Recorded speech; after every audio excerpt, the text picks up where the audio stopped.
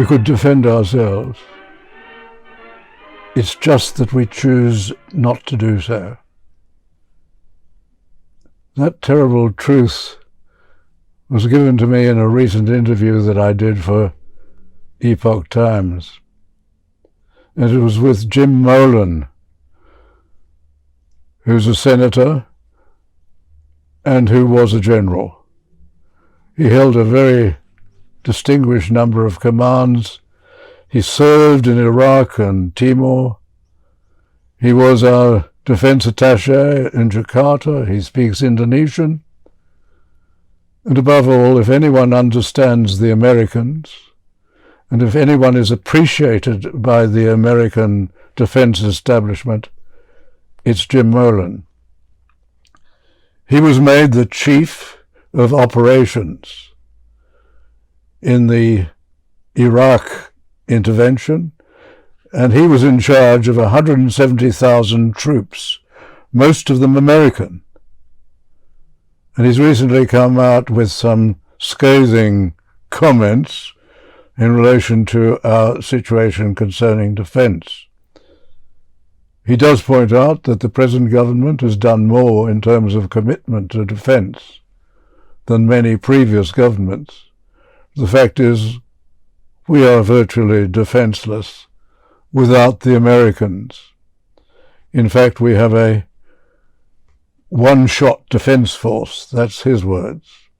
He points out that our defence force, it's very good, but our defence force is neither large enough, nor lethal enough, nor sustainable enough to last more than a few days or a few weeks without enormous American support. And that part of not being sustainable enough is very important, because he points out, when I asked him about the impact of the growing Beijing, Moscow, Tehran axis, that we shouldn't underplay the Tehran part of the axis, because Tehran, through the Gulf, can suspend much of our oil. And the fact is, we presently in the country have about 30 days oil, and about that much coming to us on the sea. And that is not only important in relation to our army and our navy and air force, it's also important for such mundane things as putting food in our supermarkets. The whole country could be held to ransom by a hostile power without American support. The problem with American support, as we know, we've just seen in relation to Afghanistan, the present American administration certainly mishandled the departure from Afghanistan. Having decided that they would leave Afghanistan, they certainly did it in a way which was back to front. Obviously, the troops should come out last, and your supporters, the people who were loyal to you, plus your own civilians, your own nationals, should come out beforehand. And you shouldn't leave behind $85 billion worth of the first-rate armaments that Americans had in that country. It was terribly mishandled, and worse, it created the impression that America cannot be relied on in relation to her alliances. Well, Jim Molan, brilliant commentator that he is in matters relating to our defence, says that it's not the end of the world.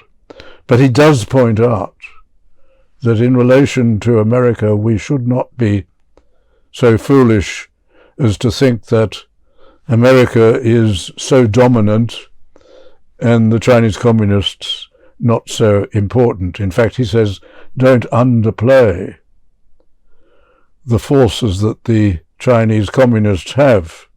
They're certainly very good, and in some areas, such as rocketry, they're ahead probably of everybody else.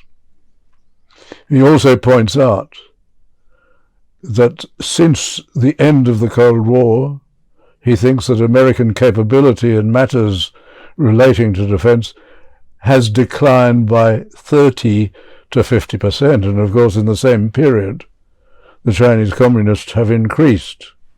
And he points out that according to leaked reports of wargaming in relation to Taiwan, the Americans, according to their own leaks, did not come out very well. Of course, they can improve that, but it doesn't look good. We are in a difficult situation. Let us hope that the new arrangements with the United States and the United Kingdom, the bringing together of the countries, the new submarine arrangements, which presumably lead to the abandonment of that very foolish contract with France. Not that the French didn't have good submarines.